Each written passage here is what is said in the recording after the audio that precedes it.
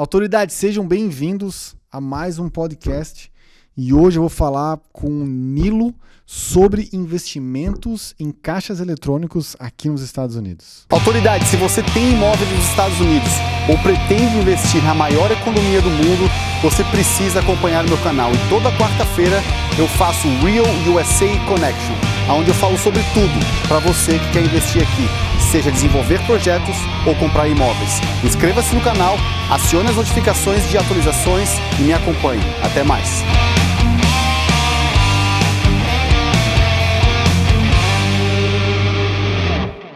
Autoridades, sejam bem-vindos a mais um podcast e hoje a gente vai falar sobre uma modalidade de investimento diferente.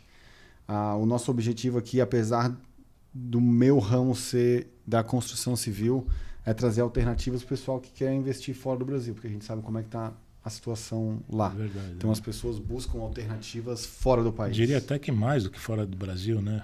No mundo, né? No mundo inteiro, Existem pessoas procurando investimento aqui nos Estados Unidos, né? Seja da França, seja da Itália. Exato. São movimentos interessantes. Cá, né?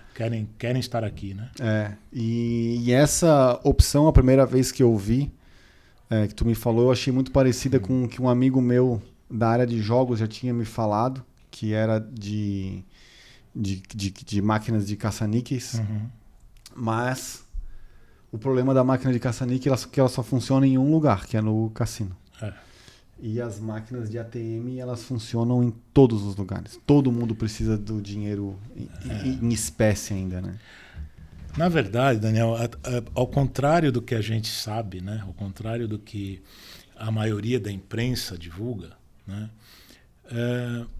O dinheiro como meio de pagamento ainda continua sendo, em número de operações, o maior de todos. Sim.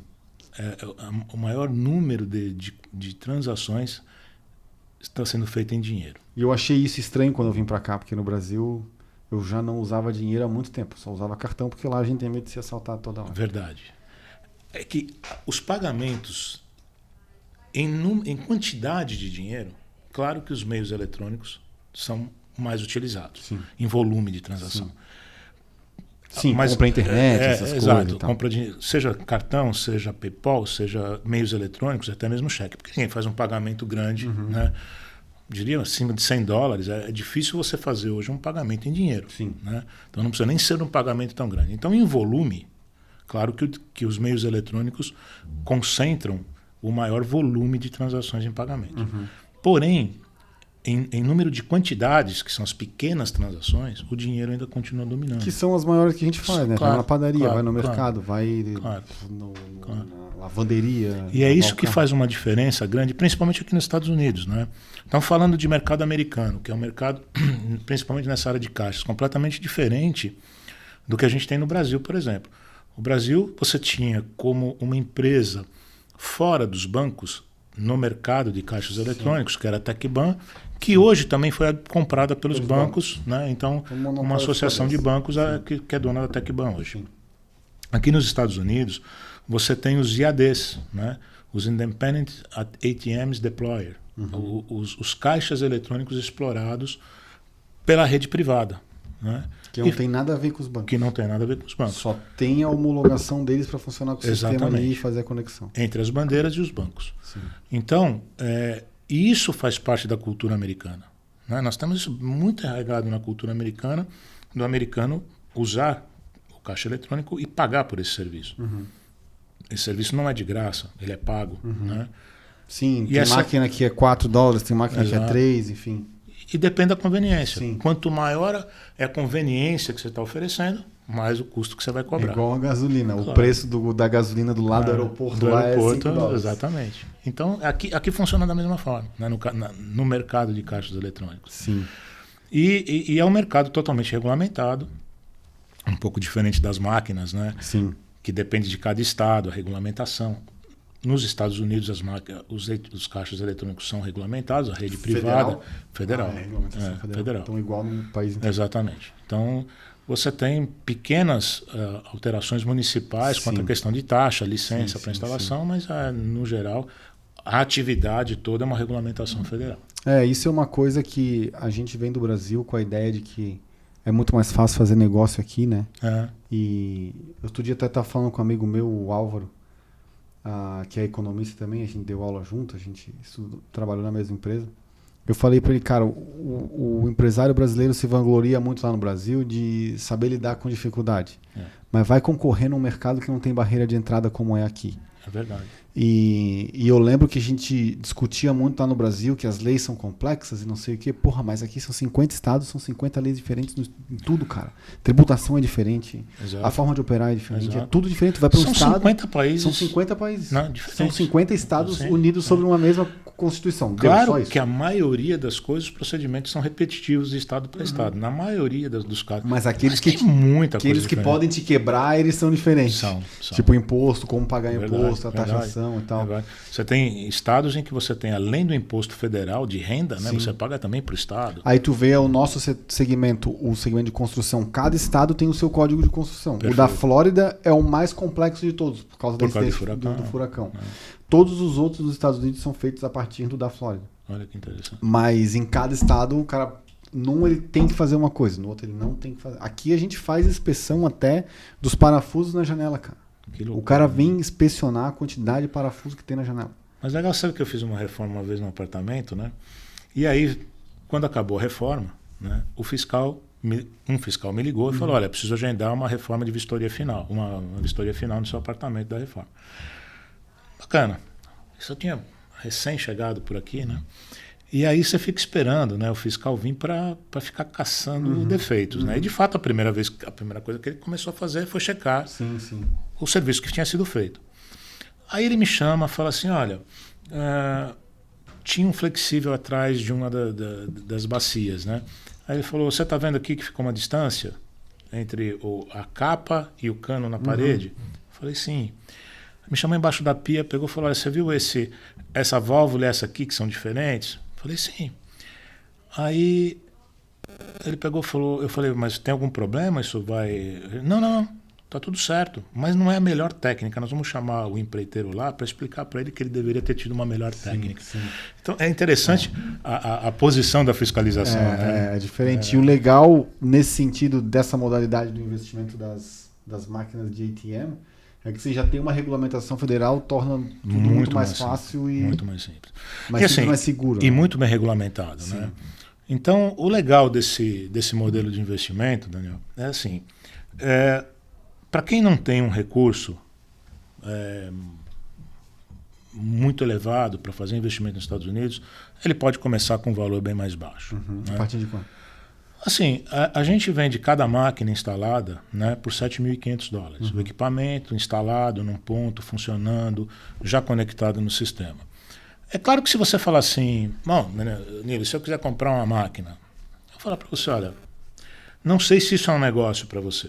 Né? Porque uma máquina, se a gente acerta um bom ponto logo de cara, você vai ficar decepcionado depois se todas não forem o mesmo resultado. Exato. Né?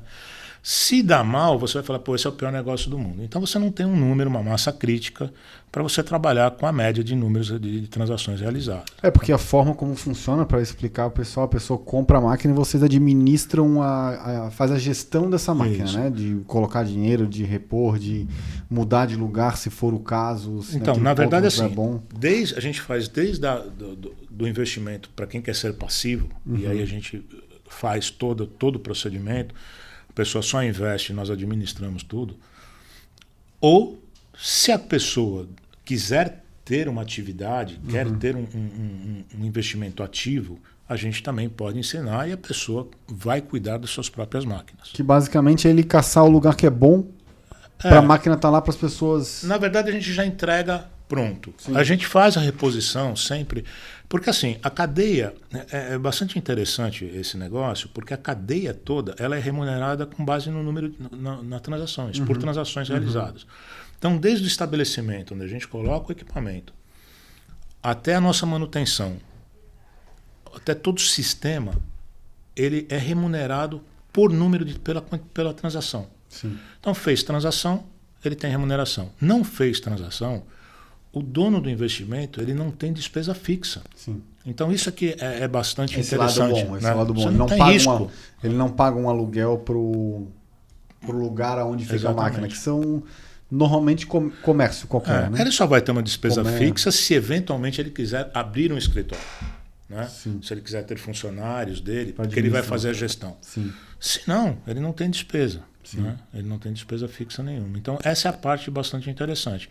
Fora as questões de controle, né? Porque cada investidor que a gente tem faz o acompanhamento por sistema. Então, ele consegue saber em tempo real cada máquina que ele tem, quanto de transação está fazendo, quanto de dinheiro tem na máquina naquele momento, se a máquina está online ou offline, se está offline, há quanto tempo que ela está offline. Ou seja, ele tem acesso a toda a produção da máquina, ele consegue enxergar. É um relatório, é um aplicativo? É um app, você tem no celular, né, uma computador. versão mais simplificada, porém com todas as informações, e no computador Na web. você tem um acesso ao nosso site, onde você consegue controlar. E as informações todas, né, são geradas a partir da troca bancária. Então são informações que não tem como serem mudadas, adulteradas, porque na verdade ela reflete uma transação feita entre um usuário. Na verdade, e um a banco. máquina ela é só um canal entre o usuário Exatamente, e o banco dele. E o banco dele, entendeu? E a pessoa que faz o investimento, na verdade, está facilitando isso, né? Exatamente. Porque ela tira Exatamente. esse investimento do banco, de dar essa infraestrutura, e o banco, na verdade, ele terceirizou a infraestrutura dele. E ele também está ganhando no sistema. Sim. Então ele é remunerado pelo caixa privado também. Né? Então é um negócio interessante para todo mundo, inclusive para o próprio banco. Nós não somos um concorrente dos caixas bancários. Sim, muito pelo né? contrário. Muito pelo Vocês contrário. resolveram Nós o estamos problema onde deles. o banco não está. Vocês Exatamente. resolveram o problema deles. O papel do banco é Exatamente. emprestar dinheiro e guardar o dinheiro. Fica muito melhor para ele. Né? O entregar a espécie para o consumidor acaba sendo um problema, uma dificuldade para o banco. Tem que pensar em logística, tem que pensar em segurança, tem que pensar em ponto. E para o banco é sempre muito mais caro. Né? Sim. A operação para ele é muito mais cara. Então, realmente é um mercado de conveniência para todo mundo. E é engraçado porque às vezes o cara vem lá do Brasil e porque a gente não tem muito caixa 24, não tem tanto assim. E Mas cada aqui vez eu acho que a menos, maioria. né? E aqui no Brasil, Raramente eu saco num caixa do Bank of America. difícil, né? Porque eu só preciso de dinheiro quando não tem um Bank of America do meu lado. É verdade. E E aí você tem essa rede de conveniência. E é engraçado, porque o mercado americano, ele está acostumado a pagar por conveniência. Né? Você vê a questão do tip, da né? gorjeta. Da gorjeta, né? Pô, o americano paga até 15%. Quer dizer, paga até 15%? Não, A partir de 15. Já está vindo 18 já. Já, na conta às vezes vem 18, eu já vi 27. Hoje de manhã fui pagar uma conta, estava lá, sugestões de tip, 27%. Porra, vai se catar. Mas o americano está acostumado com isso, né? O serviço tem que ser muito bom para pagar 27%. Tem que ser muito bom. Né? E nesse sistema onde o investidor compra, ele investe num fundo que compra as máquinas ou as máquinas são deles mesmo? As máquinas são dele. Né? Cada investidor aqui tem a sua própria empresa, ele é dono do seu negócio, não é que ele tem uma participação nem uma franquia, ele é dono do negócio dele. A rota é dele, a gente sempre trabalha para que essa rota fique cada vez melhor.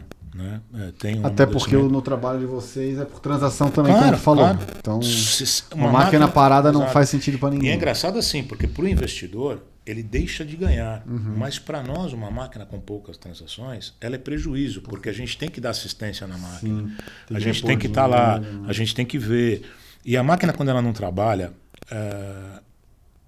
se ela ficar mais de 24 horas sem fazer uma transação, o sistema nos envia um alerta de que a máquina está inativa. Agora, esse inativo pode ser por falta de transação ou algum defeito na máquina. Sim. Então a gente tem que mandar alguém para ir ver. Ou seja, uma máquina que faz pouca transação, ela é muito complicada para a gente. Não vale a pena. Então, a gente procura sempre ir fazendo uma troca desses pontos que não atinjam um número mínimo de transações. E o que quando a pessoa vem investir, ele pode comprar uma máquina ou 100 máquinas, o quanto que ele quiser? O que vocês recomendam de quantidade para ter um modelo bacana é legal? A partir de 10 máquinas. Né? Um número bacana. Porque você tem uma composição de universo bem significativa. Né? E também a nível de business, né? A partir de 10 máquinas, você já dá para falar que você realmente tem uma empresa de ATMs, né? De caixas. E aí você tem uma valorização da rota. Quando a rota vai produzindo, além de você ter a rentabilidade normal das transações que você vai receber diretamente na sua conta, o sistema liquida diariamente as transações na conta de cada investidor, você tem também a valorização como negócio. Sim. Certo? 10 máquinas que não produzem nada, elas têm um custo inicial de 75. É igual ponto de comércio. Exatamente. Você está fazendo os pontos de comércio. Né? Então, você tem também a valorização do negócio como negócio. Então é o que eu falo. Uma máquina, 2, 3, você não tem exatamente um negócio que pode ser interessante para uma empresa maior vir e te fazer uma proposta. Entendeu? Como a gente tem casos aqui de investidores que vendem a rota depois de um certo tempo e reinicia o processo. Faz de novo. Entendeu? Então, E essas máquinas de vocês estão só na Flórida? Nós temos uma operação em Nova Jersey, né? E temos uma operação começando agora no norte da Califórnia. Né? Devemos começar no final de julho essa rota na Califórnia. Eu, mais do que ninguém, sei que investimento é risco. Mas o que o investidor pode esperar de retorno nessas máquinas? Nossos números mais baixos para o primeiro ano, né, a gente fala acima de 7% no primeiro ano. Tá? Nós temos investidores hoje que estão conosco há 3 anos que já estão beirando os 14% ao ano. Tá certo? Em cima do retorno só da remuneração. Do investimento dele. Esse de 14%, por exemplo, foi um dos casos que eu disse até agora que ele quis vender a rota dele. Sim, né? 14%. Vendeu por um valor médio de máquina entre $9 mil para quem pagou 7,5, né? E estava fazendo 14%. Ele já começou a bater. Porque a gente emite um relatório mensal para todos os investidores, né? Sim. De quanto que está sendo a remuneração. Né? Bacana. Tá sendo a remuneração. E o legal é que a pessoa depois pode fracionar também, seja ela começou com 1 ou com 10, depois ela pode comprar mais 1, mais 10, mais 15, mais 20, mais 2. Exato. O cara vai mantendo o portfólio dele e vocês vão distribuindo. Tem alguns que fazem isso, não mexem na retirada, né, porque era um investimento e à medida que vai acumulando vão comprando mais caixas com o próprio valor gerado pela companhia. E uma coisa que a gente sempre deixa claro que no mercado imobiliário todo mundo entende que isso funciona. Quando tu investe em imóvel, a tua liquidez cai um pouco porque tu tem que vender o imóvel. No caso das máquinas, apesar de tu ter uma rentabilidade anual boa, a tua liquidez ela se torna... não existe resgate. Tu tem que vender as tuas máquinas para alguém. Vender. Mas é um mercado que tem para retorno bom. É evidente que aqui dentro a gente mesmo... se o investidor fala, olha, quero vender, a gente oferece para o próprio grupo. Sim. Né? Por isso, ATM Club. Né? Nós pretendemos formar realmente um clube de investidores em caixas eletrônicos. Então, a gente oferece para o próprio grupo. Se o grupo, às vezes, e acontece, de fracionar a rota, vende as mais caras, vende por um preço, as mais baratas por outro, mas tudo isso é colocado principalmente dentro do clube primeiro. Se ninguém se interessa dentro do clube, a gente vende para fora, a gente oferece no mercado. Hoje vocês estão com quantas máquinas já em operação? Hoje nós estamos beirando 450. Estamos próximos a chegar com 450. E a maioria, por vocês serem brasileiros, é brasileiro que está investindo? Então, nós temos bastante brasileiro, nós temos americanos, nós temos franceses. Né? Surpreendentemente, fomos convidados a fazer uma apresentação da ATM Club em Paris e em Lyon. Foi muito interessante. Bastante gente se interessou, né, para participar do evento e também pelo negócio. É porque é um negócio que tira um medo que o investidor tem, que é a operação. Verdade. Quando a gente vai para o mercado imobiliário, e aí eu estou jogando contra o meu time aqui, né? Mas... mas são coisas diferentes. Antes de ser construtor, eu sou gestor de investimento. Então, o gestor de investimento olha risco. Claro. O que às vezes incomoda as pessoas na construção é que pode atrasar a obra, pode não vender, pode mudar isso, pode mudar aquilo. E nesse não, o cara comprou, ele tem a máquina. Comprou. Ali... O que é um risco de um negócio desse? Então, vamos dizer assim, o pior dos riscos seria se, né, você considerasse o investimento que você fez, você não teve retorno. Mas isso é impossível, né? Você pode até ter um deságio. Porque tu pode mudar a máquina de lugar, pois é. pode trabalhar até começar a dar retorno. Eu acho assim que o pior é se alguém fala, eu preciso vender meu investimento porque eu preciso repor o dinheiro hoje. Claro que tudo que você faz... Isso é refinanciável? Vocês já falaram com o banco assim para... Aí como depende, business, então, o como, banco olhar isso aí. Na verdade, o banco pode. Aí vai depender do crédito da pessoa que aplica, né? Claro que sendo americano ou tendo documentação americana, os bancos aqui você sabe que eles fazem. Eles adoram. Eles adoram, exatamente, né? Então mesmo. não há muito problema. Nós, a ATM Club, né? Quando nós começamos com máquinas próprias. E aí começaram a surgir interessados em investimento, até que chegou um determinado momento em que nós tivemos que fazer uma opção, né? Até por uma questão ética. Nós não poderíamos mais ter caixas nossos. Se a gente senão, botar no exatamente. Né? Vamos sempre dizer, pô, esse caixa trabalha bem porque você escolheu. Então, a gente tem uma relação muito transparente de ordem de chegada, como é que os pontos são levados, entendeu? Não existe, a gente tem uma questão bem regulatória interna nossa aqui de como a gente procede para fazer a questão da distribuição de pontos. E aí nós entendemos, olha, nós não podemos mais ter caixas nossas, a não ser que a gente fique só com os piores, né? O que também não faz sentido, e a gente também não interessa ter caixa pior, a gente troca até para o investidor, por que não vamos trocar o nosso, né? Então seria muito complicado a gente continuar nesse modelo. Mas no começo nós tivemos investimentos e financiamento para compra de equipamentos. Entendeu? É igual no nosso negócio da construção também. Nós atuamos como administrador da obra. Perfeito. Né? Perfeito. Então, e o investidor muitas vezes quer que a gente invista junto no negócio. Nem sempre a gente investe. Tem projeto que a gente está dentro, tem projeto que a gente não está. E dentro do mercado financeiro, e que eu tento trazer para os nossos projetos, existe uma divisão muito clara de quem administra, quem investe, quem faz a gestão, porque não pode ter conflito de interesse. Senão você você fica sempre sob suspeita, né? Exato. Muito complicado. E quem é administrador faz o que é o melhor para o negócio. Exatamente. O que vai ser mais fácil de vender a casa, o que vai ser... E quando a gente fala de construção, se eu olhar para o meu cliente, ele vai querer coisas antagônicas ao investidor. É verdade. Porque ele quer o melhor produto pelo menor preço. O investidor quer o melhor retorno.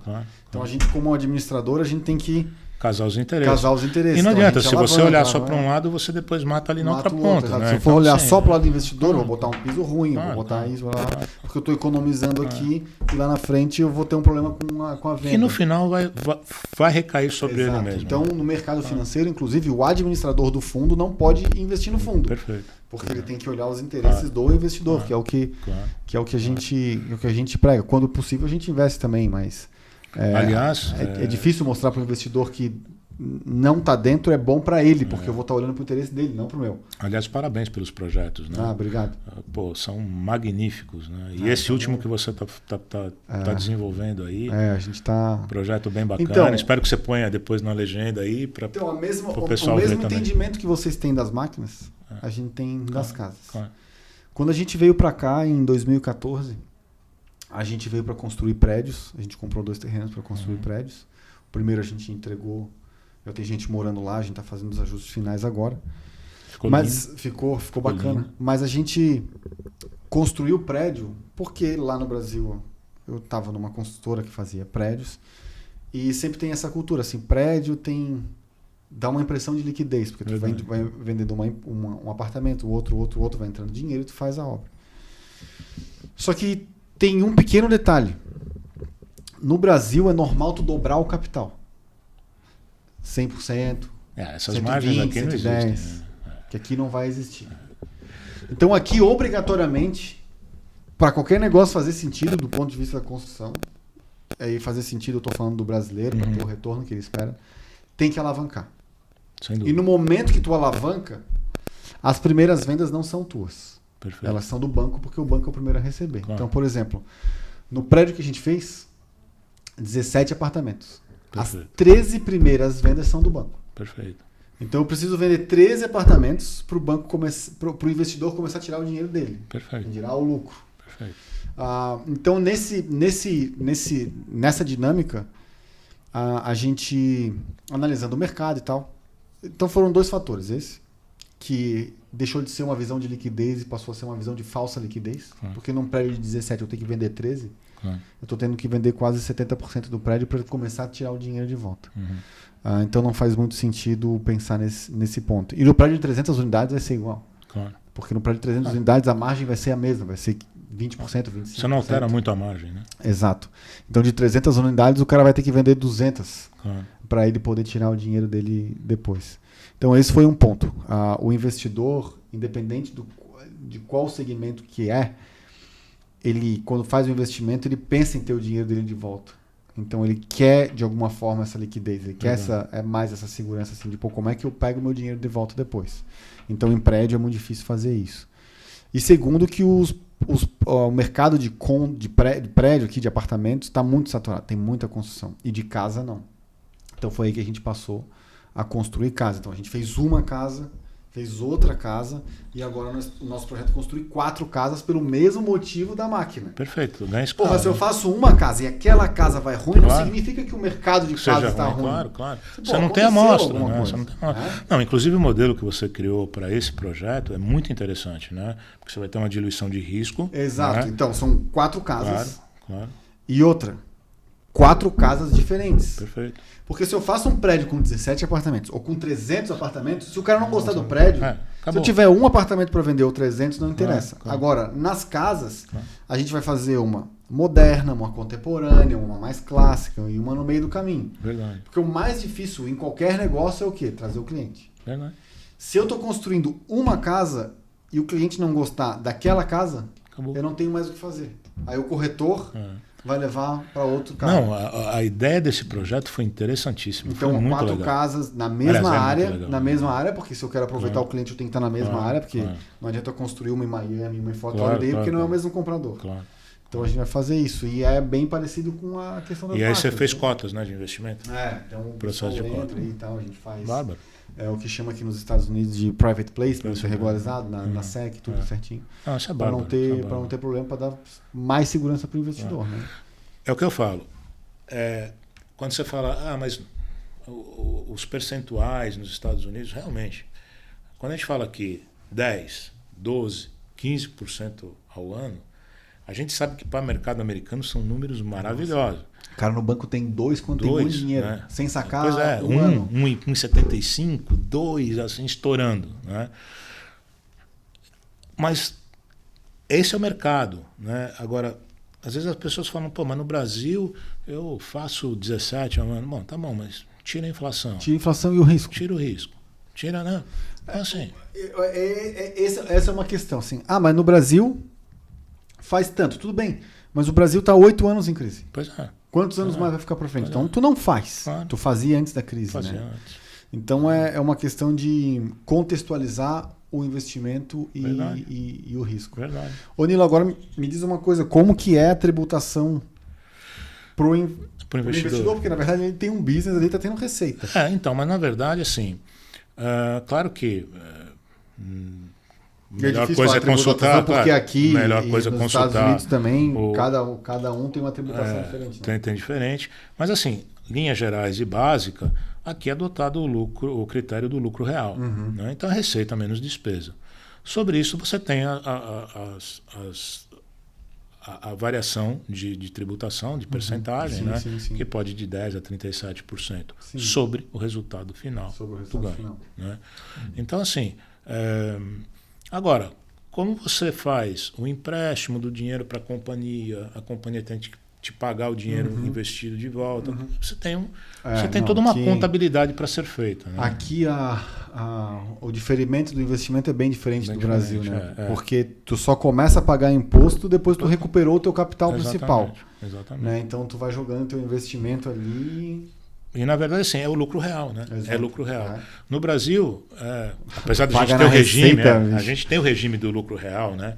Da apuração por lucro real. Mas toda venda tem imposto igual, não? A venda tem. E assim, acontece o seguinte, por uma questão de comodidade dos contadores e da contabilidade ficar mais barata e tudo mais, a gente opta pela tributação do estimado, né? Da estimativa de lucro. Então, qualquer receita que entra na sua conta é tributada de 11 e pouco a 15, né? Depende do estado, do município. É um absurdo, né, cara? A receita. Mas é sobre o total. Né? É sobre, aqui é sobre o lucro. Sobre o lucro, né? E me diz uma coisa, outro ponto interessante é que esse investimento para as pessoas que têm passaportes com países que os Estados Unidos têm o tratado do E2, ele também, dependendo do modelo de negócio, ele pode conseguir aí não caberia de trabalho, muito o passivo, o investimento passivo, né? A pessoa que vai comprar uma máquina, duas. E ele precisa ter também, a mesma coisa que vale para contabilidade, que tem que falar com o contador, a gente não fala aqui de visto, né? O visto ele tem que procurar um advogado, né, que vai tratar. Mas o negócio, porque o E2 basicamente se resume no fato de, com os países que os Estados Unidos têm um tratado comercial que está abrangido, o E2... Que não inclui o Brasil nem Portugal. Nem Portugal. Na Europa nós temos países como Espanha, Itália, França, Alemanha, na América do Sul, Argentina, Paraguai. Eu já ouvi dizer que tanto Portugal quanto o Brasil estão em vias de assinatura desse tratado. Já ouvi dizer que esse tratado já esteve na mesa da Dilma para ser assinado e não foi, porque ele envolve outros aspectos econômicos, não é só o visto. Né? Agora parece que com essa interação do Bolsonaro, pode ser que vá sair. Né? E aí é uma opção interessante, porque na verdade você faz um investimento num negócio seu aqui, né? E você pode aplicar para esse visto de vir administrar o seu negócio. Tá por isso que não pode ser passivo. Por isso que não pode ser passivo. Que é uma coisa que no mercado imobiliário acaba não tendo. A pessoa não consegue comprar um imóvel e ter visto. De qualquer tipo. Exato. Tem que ter um negócio. Tem que ter um negócio. Né? Ele até pode pedir o E2 por imóveis, mas ele tem que virar um negócio. Tem que virar um negócio, tem que comprar um hotel e alugar. Ou ele ter vários apartamentos para administrar, vários empreendimentos, ou seja, ele tem que ter um negócio, não é uma propriedade. Né? A mesma coisa vale para o E2. Isso um negócio, desde que seja para ele atuar, e aí os números fazem sentido também, né? Porque ao invés dele pagar uma manutenção que seria para a gente, ele vai fazer ele mesmo a manutenção, então ele vai gerar emprego, ele vai gerar investimento, ele vai fazer o crescimento do negócio dele, tá certo? Então, nessa modalidade, o negócio pode ser usado para investimento com essa finalidade. E qual é o perfil do investidor? Para quem que esse negócio é bom? Basicamente, pelo investimento, pela segurança do investimento. Né? Então, como eu te disse, o risco... Vamos botar numa palavra que talvez não seja melhor, mas pela simplicidade do modelo de negócio. Né? Porque você tem um controle total sobre a operação, de qualquer lugar do mundo onde você esteja. Né? Se você está só querendo um investimento passivo, você tem a possibilidade de ter esse investimento passivo. Eu gosto sempre de dizer isso, né? Porque às vezes a pessoa fala assim, mas espera aí, eu estou na tua mão, porque, eu quero fazer um investimento passivo, estou no Brasil, não vou mudar para os Estados Unidos, eu estou na França, não vou mudar para os Estados Unidos, e eu dependo da tua administração. Okay? E se você não administrar, o que eu faço? Tomo amarrado? Não. Existem concorrentes no mercado. Que tu pode levar a tua máquina. Você pode transferir a administração para outro, tá certo? Sim. Então, assim, nós vamos tê-lo enquanto cliente, enquanto a gente fizer por merecer um bom negócio para você. Senão você tem opção de negócio. Né? Você não está atrelado no modelo de franquia, você não tem uma cláusula contratual a não ser uma prestação de serviço com a gente. Sim, na verdade são dois negócios, né? Um é ele comprar a máquina, o outro é deixar contigo para administrar. Exatamente. Tanto que é um contrato de prestação de serviço. Ou seja, isso é uma coisa que a gente tem muito, né? Lá no Brasil, principalmente. A pessoa tem um ativo, que é a máquina. É a máquina, exatamente. Tem ativo, é dele. Esse ativo tem um valor econômico aqui, né? Como eu te disse. Pior hipótese, o que é? O cara precisa vender rápido. Preciso fazer dinheiro esse mês. Preciso botar para... Bom, aí pode acontecer de ter que aceitar uma proposta de quem vende qualquer negócio. Mesma coisa acontece com imóvel, com qualquer coisa. Carro, que seja aqui, né?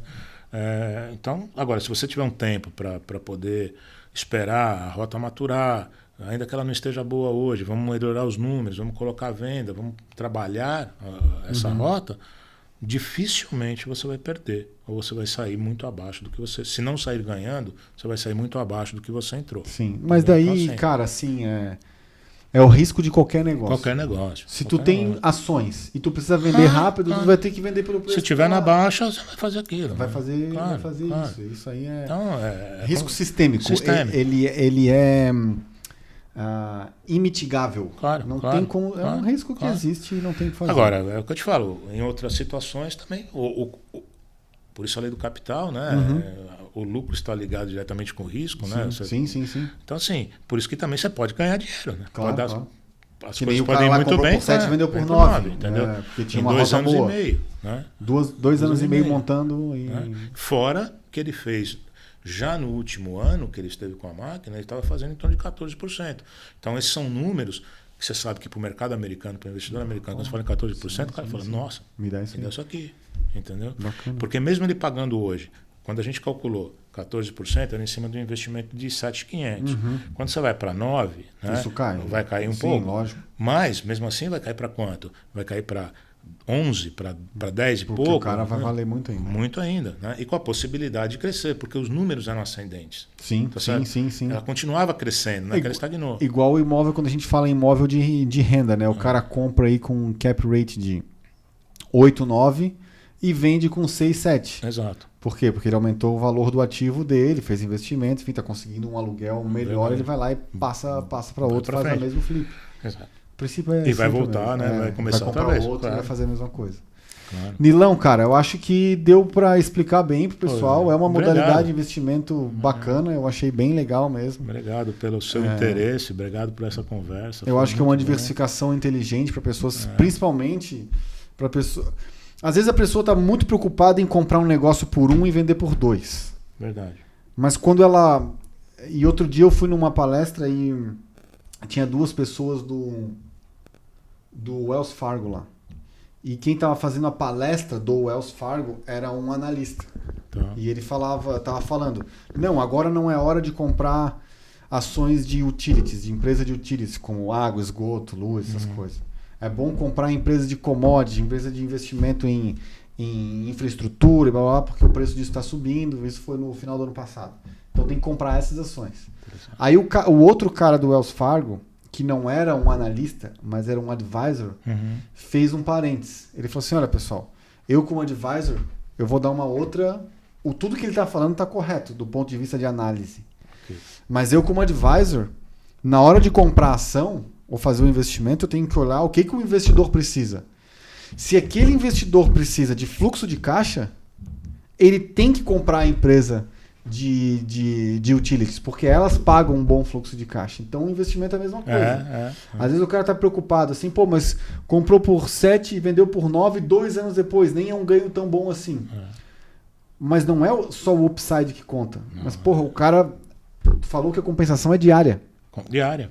Todo dia cai dinheiro na conta da pessoa. Todas as transações realizadas. Então, mesmo que não fosse 14, mesmo que fosse 6% Conclusos. todo dia entrando na conta da pessoa. Se o que ela precisa, se eu preciso de um investimento que me dê fluxo de caixa, ele não vai investir na construção de caixa de luxo comigo. Exato, porque ele vai ter um tempo, né? Ele vai procurar um imóvel de Airbnb, ele vai procurar um imóvel de renda, ele vai procurar um caixa eletrônico. Isso aí é muito legal, né? Porque você ligou a máquina, pôs ela para funcionar, ela está faturando.